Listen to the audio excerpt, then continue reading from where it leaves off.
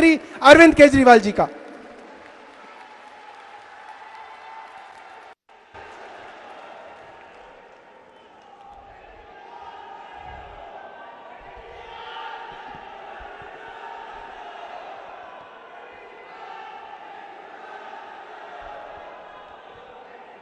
जोर से एक बार भारत माता का जयकारा लगाएंगे। भारत माता की, भारत माता की, इनकलाब, इनकलाब, वंदे वंदे। देश के कोने कोने से आए हुए आम आदमी पार्टी के सभी जनप्रतिनिधियों को सबका दिल्ली में स्वागत है। सबको मेरा नमस्कार, सबको मेरा प्रणाम।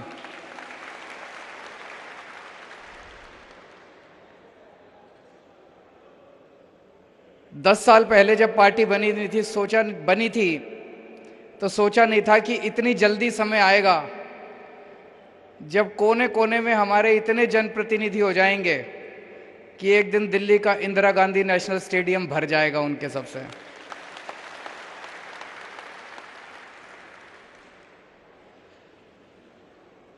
छब्बीस नवंबर 1949 को देश की कॉन्स्टिट्यूएंट असेंबली ने देश के संविधान को एडॉप्ट किया था। हमारे देश की कॉन्स्टिट्यूएंट असेंबली बनी थी, उसने कई महीनों तक काम करने के बाद देश का संविधान बनाया और 26 नवंबर 1949 को देश का संविधान एडॉप्ट किया गया। अगले 60 साल में इन पार्टियों और इन नेताओं ने मिलकर उस संविधान के चीथड़े चीथड़े उड़ा दिए।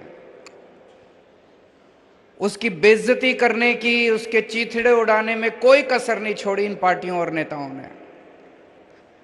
तो फिर भगवान को बीच में आना पड़ा और ठीक 63 साल बाद 26 नवंबर 2012 को आम आदमी पार्टी बनी इस देश के संविधान को बचाने के लिए।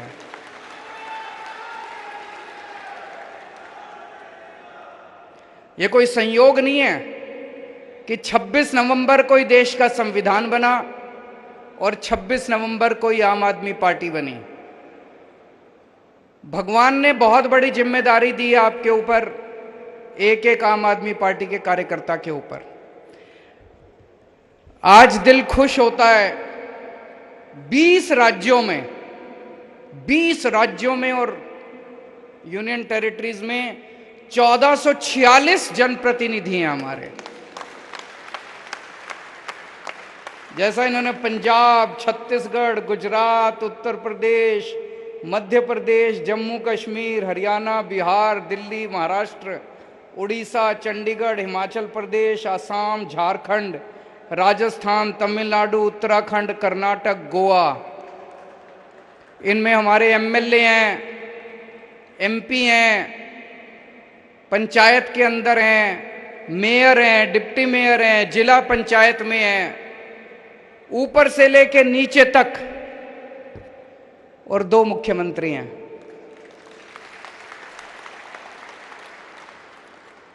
ये सारे एक तरह से हर राज्य के अंदर हमारे बीज हैं। हर राज्य के अंदर भगवान ने बीज बो दिए आम आदमी पार्टी के। हर राज्य के अंदर भगवान ने बीज बो दिए इस देश को विकास करने के लिए। अब ये बीज पेड़ बनेंगे। दिल्ली में पेड़ बन गया, दिल्ली में पेड़ बन गया। अब ये पेड़ लोगों को खूब फल दे रहा है, लोगों को ठंडी छांव दे रहा है। पंजाब में भी पेड़ बन गया, पंजाब में भी अब ये पेड़ आम आदमी पार्टी का लोगों को खूब ठंडी हवा दे रहा है, छांव दे रहा है, फल दे रहा है। अब गुजरात में भी पेड़ बनने वाला है। गुजरात के कई सारे बीज आए हुए हैं वहां पे।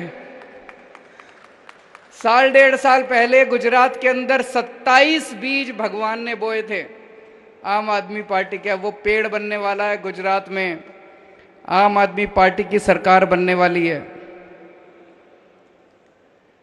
इतनी तेजी से दुनिया के इतिहास में किसी पार्टी का विकास नहीं हुआ, किसी पार्टी, कोई पार्टी इतनी तेजी से नहीं बढ़ी। 10 साल पुराना एक बच्चा है सामने, इतने बड़े बड़े, कोई 125 साल पुरानी पार्टी है, कोई पता नहीं कितने कितने साल, और 10 साल का छोटा सा बच्चा है। हमने सुना है ना, श्री कृष्ण जी जब बच्चे थे उनको प्यार से, सम्मान से कान्हा कहते थे, कान्हा। अपने बचपन में कान्हा ने कई बड़े बड़े राक्षसों का वध किया था। यह आम आदमी पार्टी भी छोटी सी पार्टी है, यह भी कान्हा की तरह है, अपने सामने बड़े बड़े राक्षसों के वध कर रहे हैं। बड़े बड़े राक्षस, वध का मतलब कोई मर्डर नहीं कर रहे किसी का, भ्रष्टाचार का वध कर रहे हैं, बेरोजगारी का वध कर रहे हैं, महंगाई का वध कर रहे हैं। तो जैसे भगवान श्री कृष्ण ने बचपन में, छोटी उम्र में बड़े बड़े राक्षसों का वध किया था, वैसे ही आम आदमी पार्टी भी 10 साल पुरानी पार्टी इतनी बड़ी बड़ी सामने शक्तियों के साथ लड़ रही है। इससे यह पता चलता है कि देश कितना त्रस्त हो चुका है। आम आदमी पार्टी के पास लोग क्यों आ रहे हैं? अगर ये दूसरी पार्टी वाले कुछ काम कर लेते 70-75 साल में, अगर ये दूसरी पार्टी वालों ने देश को भविष्य दे दिया होता, अगर ये दूसरी पार्टी वालों ने लोगों की जिंदगी आसान कर दी होती, हमको लोग लात मार के भगा देते, कह देते भाई हमारे को आपकी जरूरत नहीं है, आम आदमी पार्टी नहीं चाहिए, हम खुश हैं। आज खुले बाहों से पूरा देश आम आदमी पार्टी को गले लगा रहा है। क्यों? क्योंकि लोग इनसे त्रस्त हो चुके हैं। 4 बातें आम आदमी पार्टी की पूरे देश में लोगों को पसंद आ रही है, और ये 4 बातें आम आदमी पार्टी की हैं जो इनके गले नहीं उतर रही। सबसे पहली बात है आम आदमी पार्टी की ईमानदारी। हमारे लोग कट्टर ईमानदार लोग हैं। लोगों को यकीन नहीं होता यार, राजनीति भी ईमानदार हो सकती है क्या? लोगों ने पहली बार देखा है देश के अंदर 75 साल में, अच्छा नेता ईमानदार भी होते हैं, अच्छा पार्टियां ईमानदार भी होती है, पैसे नहीं खाते। पहली बार लोग देख रहे हैं कि ईमानदार राजनीति आ रही है। इसलिए बार बार कहते हैं, पहले कीचड़ फेंकेंगे, फिर कहेंगे अपने आप को ईमानदार कहने वाला अरविंद केजरीवाल। तो ये भी कहते हैं कि केजरीवाल ईमानदार है।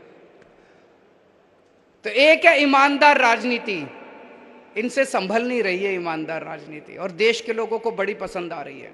ये कितना भी कीचड़ फेंके, लोगों को यकीन ही नहीं हो रहा। पूरे देश में सब कहते हैं यार ये तो झूठ बोल रहे हैं। दूसरी चीज है शिक्षा। शिक्षा के ऊपर जो हमने काम किया, आज तक ये नेता, इन्होंने कभी स्कूल की तरफ आंख उठा के नहीं देखी थी, और इनमें से कई नेता तो ऐसे जो बचपन में भी स्कूल नहीं गए थे। अब मुझे बड़ा अच्छा लगा, गुजरात के अंदर इनके एक देश के बहुत बड़े नेता 4 स्कूलों का उद्घाटन करने के लिए दिल्ली से गए थे। स्कूलों की बात करनी पड़ रही है इन लोगों को, इनको अच्छा नहीं लग रहा। इन्होंने कभी जिंदगी में स्कूलों की बात नहीं करी। तीसरी, और लोगों को बड़ी पसंद आ रही है। जनता क्या चाहती है यार? जनता यही तो चाहती है हमारे बच्चों को अच्छी शिक्षा मिल जाए, हमारे बच्चे बड़े होकर कुछ बन जाएं। तीसरी चीज है स्वास्थ्य सेवाएं। पूरे देश के अंदर चर्चा हो रही है आज मोहल्ला क्लिनिक की, दुनिया के अंदर चर्चा हो रही है मोहल्ला क्लिनिक की, दिल्ली के शानदार अस्पतालों की। दिल्ली में सबका इलाज मुफ्त कर दिया, ये भी इनसे। अभी इनके एक और मुख्यमंत्री हैं, पहली बार मैंने उनके मुंह से सुना, मेरे को स्कूल और अस्पताल बड़े अच्छे लगते हैं, मैं जब भी जाता हूं किसी जिले में, मैं स्कूल और अस्पताल में जरूर जाता हूं। पहले तो नहीं गए कभी, अब जाना पड़ रहा है तुम लोगों को। और चौथी चीज है फ्रीबी। ये भी भारत की राजनीति में आम आदमी पार्टी ने फ्री भी इंट्रोड्यूस किया है, फ्री की रेवड़ी। ये इनसे ना रेवड़ी खाते बन रही है, ना रेवड़ी उगलते बन रही है। कहते हैं ये चार चीजें हैं, ईमानदार राजनीति, शिक्षा, स्वास्थ्य, फ्रीबी। कहते हैं फ्रीबी करने से सरकार घाटे में चली जाएगी, जनता को फ्री की सुविधाएं नहीं मिलनी चाहिए। गुजरात पे 3.5 लाख करोड़ रुपए का कर्जा है। गुजरात सरकार ने तो आज तक कुछ भी फ्री नहीं दिया, फिर ये कर्जा कहां से चढ़ गया जी? फिर तो कर्जा नहीं चढ़ना चाहिए था, उन्होंने तो कुछ भी नहीं दिया फ्री में, तो ये कर्जा कहां से चढ़ गया? सारा पैसा लूट के खा गए, इसलिए कर्जा चढ़ गया। कर्जा फ्रीबी से नहीं चढ़ता, कर्जा लूटने से चढ़ता है। पंजाब के ऊपर अभी हमने सरकार संभाली है, 3.5 लाख करोड़ का कर्जा है। पंजाब को तो कुछ नहीं दिया था पिछली सरकारों ने फ्री में, फिर यह कर्जा कहां से चढ़ गया? देश की हर सरकार के ऊपर लाखों करोड़ों का कर्जा है, उन्होंने तो कुछ भी नहीं दिया था फ्री में, फिर यह कर्जा कहां से चढ़ गया? और दिल्ली वालों को सब कुछ फ्री में मिल रहा है, फिर भी कर्जा नहीं है दिल्ली सरकार के ऊपर।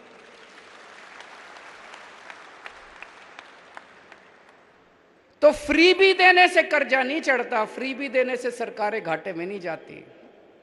दो किस्म की राजनीति है, एक वो जो सरकारों को लूटते हैं, देश को लूटते हैं, पैसा कमाते हैं, भ्रष्टाचार करते हैं, अपने परिवार के घर भरते हैं, 7 पुश्तों तक इन्होंने पैसे कमा रखे हैं, 7 पुश्तें इनकी घर बैठ के खाएंगी।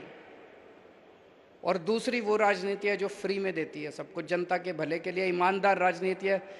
कोई नेता अगर देश के अंदर खड़ा होके कहे कि मेरे को फ्री की रेवड़ी के खिलाफ हूं, समझ जाओ उस नेता की नीयत खराब है, वो नेता भ्रष्टाचारी है। कोई नेता अगर देश में देखो कि वो कह रहा है फ्री की रेवड़ी खराब है, जनता को फ्री की सुविधाएं नहीं मिलनी चाहिए, सरकार घाटे में चली जाएगी, समझ जाओ उसकी नीयत खराब है। वो अपने दोस्तों के कर्जे माफ करना चाहता है, अपने परिवार के घर भरना चाहता है, जनता को लूटना चाहता है, एमएलए खरीदना चाहता है, वो देश का बेड़ा गर्क करना चाहता है। ये एक आज टेस्ट लेके चले जाना, जो नेता कहे जनता को फ्री की सुविधाएं मिलनी चाहिए वो नेता ईमानदार, जो नेता कहे जनता को फ्री की सुविधाएं नहीं मिलनी चाहिए वो नेता बेईमान और भ्रष्टाचारी और गद्दार। और ये चारों चीजें जनता को बहुत पसंद आ रही हैं, और इसी वजह से दिल्ली में हमारी तीसरी बार सरकार बनी, पंजाब में हमारी सरकार बन गई, और अब गुजरात के अंदर हमारी सरकार बनेगी। अब ये आम आदमी पार्टी को रोकना चाहते हैं, कैसे रोकें? तो अब इन्होंने मिलके खूब प्लानिंग करी है, आम आदमी पार्टी को कुचल दो, आम आदमी पार्टी को क्रश कर दो, चारों तरफ से घेर लो इनको, आम आदमी पार्टी को क्रश कर दो।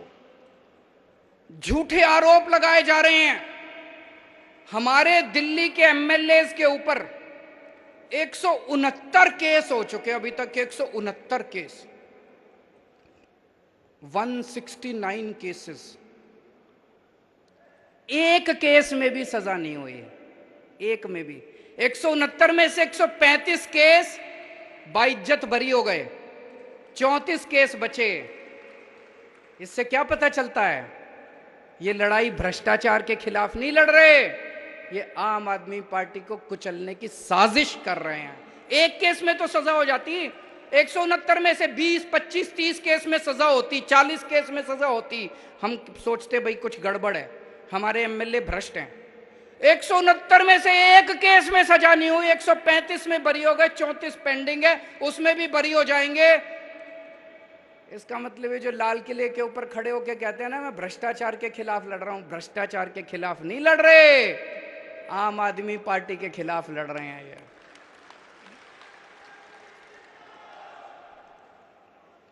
सतिंदर जैन जी किसी और देश में होते ना, उनको भारत रत्न दे देते। उस आदमी ने मोहल्ला क्लिनिक दिया इस देश को, जिसकी पूरी दुनिया में चर्चा है। यूएन के सेक्रेटरी जनरल ने आके कहा कि मोहल्ला क्लिनिक सारी दुनिया को अपनाना चाहिए। उस आदमी ने फ्री बिजली का इजाद किया, उसी ने निकाला आइडिया कि बिजली फ्री भी दी जा सकती है। उस आदमी ने पूरी दिल्ली को फ्री इलाज दिया। आज दिल्ली के अंदर जो हर आदमी को फ्री इलाज मिल रहा है उसकी वजह से मिल रहा है। उसको 3 महीने से इन्होंने जेल में डाला हुआ है। और अभी पिछले 3 सुनवाई से जज बार बार पूछ रही है सीबीआई वालों से, ईडी वालों से, भाई कोई सबूत तो दिखा दो, इसका कसूर क्या है। पढ़ा होगा आपने अखबारों में। जज ने 3 हेयरिंग में पूछा कि कोई तो सबूत दे दो, एक तो सबूत दे दो इसके खिलाफ। वो एक भी सबूत केंद्र सरकार नहीं दे पाई। तो 3 हेयरिंग के बाद केंद्र सरकार आके कहती है ये जज अच्छा नहीं है, जज बदलो। शर्म की बात है। ये हो क्या रहा है इस देश, ये देश के अंदर हो क्या रहा है। कहते हैं जज अच्छा नहीं है, जज बदलो। और अब इन्होंने एक और नया पैंतरा शुरू कर दिया। सतिंदर जैन के घर रेड मारी, कुछ नहीं मिला। उसी दिन इन्होंने किसी और ज्वेलर के यहां रेड मारी, उसके यहां कैश मिला। बोले सतिंदर जैन के सहयोगी के यहां कैश मिला। रहे काहे का सहयोगी, कोई जान ना पहचान, किसी अरे गहरे के यहां रेड मार देते हो। अब कह रहे हैं मनीष के साथ भी यूं ही करेंगे। मनीष के यहां कुछ नहीं मिला इनको। मनीष के घर रेड मारी, बोले 144 करोड़ रुपए खा गया, कोई बोला 1000 करोड़ रुपए खा गया। कपड़े देख लो इसके।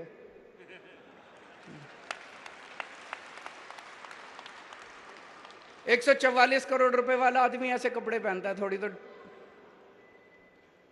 और 144 करोड़ रुपए, 1000 करोड़ रुपए खा गया होता तो घर में कुछ इधर उधर अलमारी में 1000, 2000, 10,000, 20,000, लाख, 2 लाख तो मिलते। ढीला नहीं मिला इसके घर। फिर इनके गांव गए, मनीष के गांव गए। उन्होंने सोचा इसने जमीन खरीद रखी होगी। सारे गांव में पूछा इन्होंने, सीबीआई, ईडी, केंद्र सरकार ने, कुछ नहीं मिला। फिर इनके लॉकर में गए, बैंक में गए। इन्होंने सोचा लॉकर में होगा। तो इनका छोटा बच्चा, जब वो मीर इनका छोटा था, उसका एक झुंझुना था, वो याद के लिए उन्होंने लॉकर में रख रखा था। वो झुंझुना मिला इनको, लॉकर में झुंझुना मिला, कुछ नहीं मिला। 144 करोड़ खा गया कि मनीष सिसोदिया इतने। अब इन्होंने प्लानिंग करी है, अब एक दिन ये रेड करेंगे, 5-7 ऐरे गहरे नत्थु गहरों को पकड़ लेंगे और फिर कहेंगे मनीष सिसोदिया के सहयोगी के यहां मिले, मनीष सिसोदिया के सहयोगी के यहां मिले। पर जनता देख रही है, जनता देख रही है।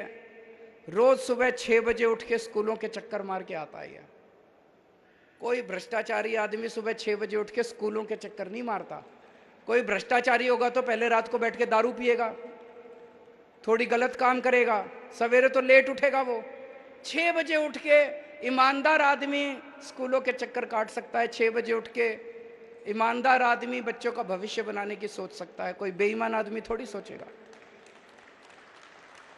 अब कल इन्होंने अमानतुल्लाह को पकड़ लिया। अमानतुल्लाह को भी बोले उसके घर कुछ नहीं मिला। अमानतुल्लाह के यहां उसके सहयोगी के यहां फलाना मिला, ढिमका मिला, ये मिला। उसका सहयोगी सारे टीवी चैनलों में जा जाके कह रहा है जी जो भी मिला मेरा है, और उसके यहां भी कुछ नहीं मिला से। अब उसका इन्होंने ढिंडोरा पीट दिया। तो अब मेरे को ये पता चला है इनका ऑपरेशन लोटस तो फेल हो गया। इन्होंने दिल्ली के अंदर हमारी सरकार तोड़ने की कोशिश करी। 20-20 करोड़ रुपए एक एक एमएलए को इन्होंने कोशिश करी, एक भी एमएलए नहीं टूटा। हमने सारे के सारे गिनती करा दी थी विधानसभा के अंदर, एक भी एमएलए नहीं टूटा। फिर ये पंजाब गए, पंजाब के अंदर 25-25 करोड़ एमएलए को देने की कोशिश करी। इनकी प्लानिंग थी पंजाब में भी और दिल्ली में भी 40-40 एमएलए खरीद के तोड़ लेंगे। पंजाब में भी ये नहीं तोड़ पाए। अब इन्होंने ऑपरेशन लोटस फेज 2 शुरू किया है। कल से एमएलए के पास फोन आने चालू हो गए, या तो तुम हमारे साथ आ जाओ, नहीं तो तुम्हारा भी वही हाल करेंगे जो अमानतुल्लाह का किया था। धमकियां दे रहे हैं, तुम्हारे पीछे भी ईडी छोड़ देंगे, तुम्हारे पीछे भी एसीबी छोड़ देंगे, तुम्हारे पीछे भी। अभी तक तो कोई टूटा नहीं है जी, और मेरे को लगता नहीं कोई टूटेगा। मैंने स्वतंत्रता संग्राम तो नहीं देखा था, मैंने आजादी की लड़ाई तो नहीं देखी थी, मैं स्वतंत्रता सेनानियों से तो नहीं मिला, लेकिन आज आम आदमी पार्टी का एक एक एमएलए जिस तरह से इनका सामना कर रहा है, मैं समझता हूं ये कोई हमारा एक एक एमएलए किसी स्वतंत्रता सेनानी से कम नहीं है। जिस तरह से इनके सामने मुकाबला कर रहा है, लालच का 25-25 करोड़ रुपए त्याग दिए, ईडी की धमकी का कोई फर्क नहीं पड़ रहा, सीबीआई की धमकी का कोई फर्क नहीं पड़ रहा, पैसे त्याग दिए। ये कोई छोटी बात नहीं है, आज के माहौल के अंदर कोई ये छोटी बात नहीं है। मैं सभी से ये कहना चाहता हूं, ये सबको जेल में डालेंगे। सतिंदर को डाल दिया, अमानतुल्लाह को डाल दिया, मनीष सिसोदिया को डालने की तैयारी चल रही है। इसके बाद कैलाश गहलोत का नंबर है, उसके यहां भी रेड होने वाली है। कई एमएलए जेल जाएंगे। एक चीज बस ध्यान रखना, 3 से 4 महीने जेल जाने के लिए तैयारी कर लो, फिर ये आपका कुछ नहीं बिगाड़ सकते। अपने अपने घर में बोल दो। कल पंजाब से मेरे पास 2-3 एमएलए आए थे, मैंने उनको यही बोला। मैंने कहा अगर 3 से 4 महीने जेल जाने को तैयार हो, और जेल उतनी बुरी भी नहीं है, मैं भी गया हूं, 15 दिन मैं जेल में रहा था। 3 से 4 महीने जेल जाने की तैयारी कर लो। अगर सबके अंदर ये हिम्मत आ जाए, उसके बाद ये हमारा कुछ नहीं बिगाड़ सकते, ये कुछ नहीं बिगाड़ सकते हम लोग।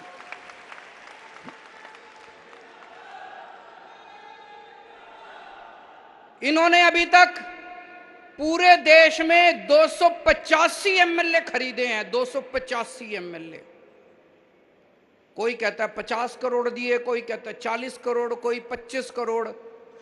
कम से कम 7 से 8 हजार करोड़ रुपए इन्होंने एमएलए खरीदने में खर्च कर दिए।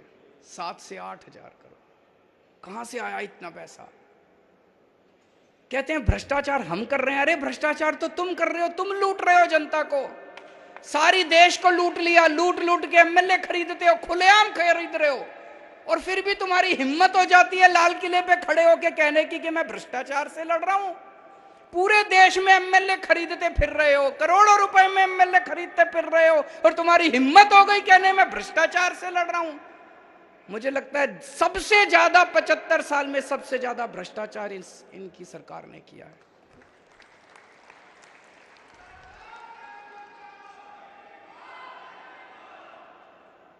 आजकल ये मीडिया को भी खूब धमकियां दे रहे हैं।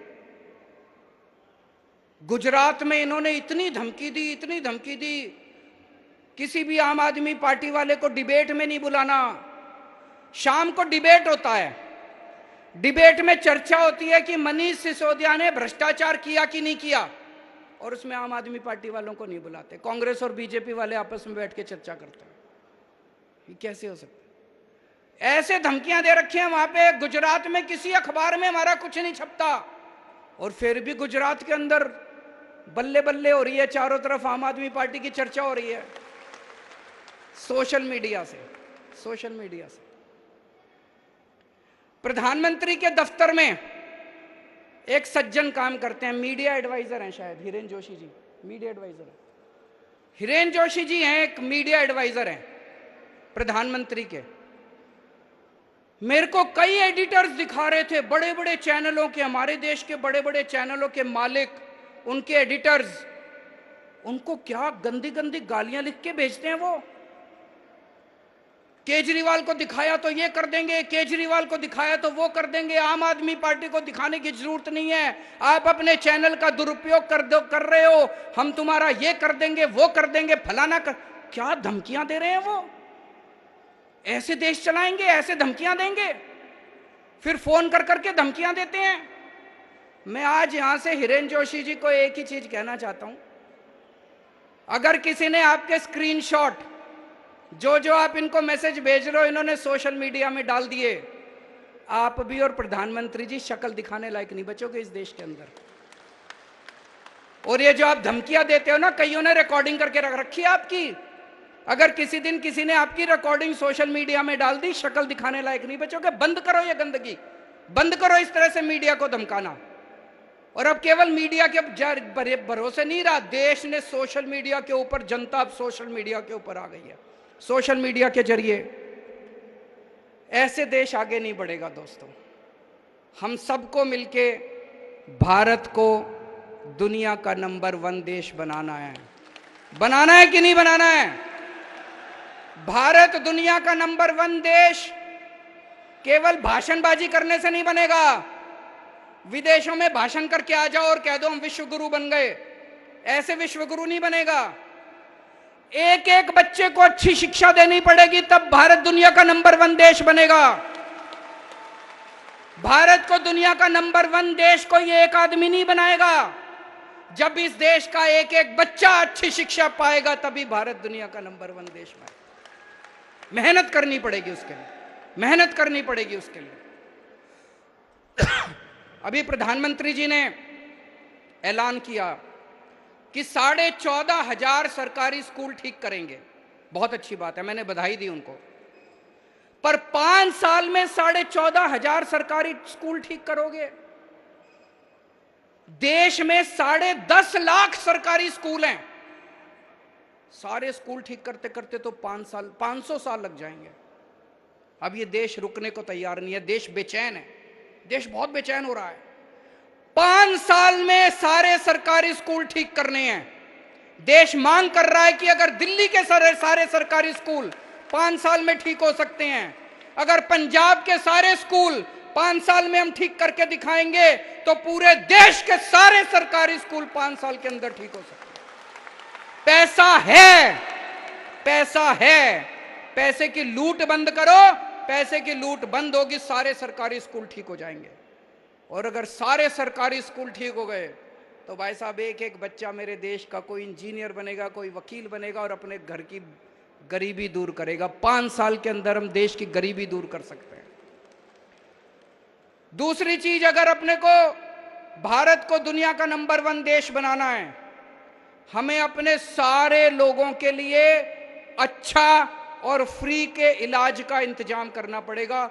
खूब अस्पताल बनाने पड़ेंगे, सरकारी अस्पताल अच्छे करने पड़ेंगे, सबके लिए, चाहे अमीर हो चाहे गरीब हो, अच्छे इलाज का इंतजाम करना पड़ेगा।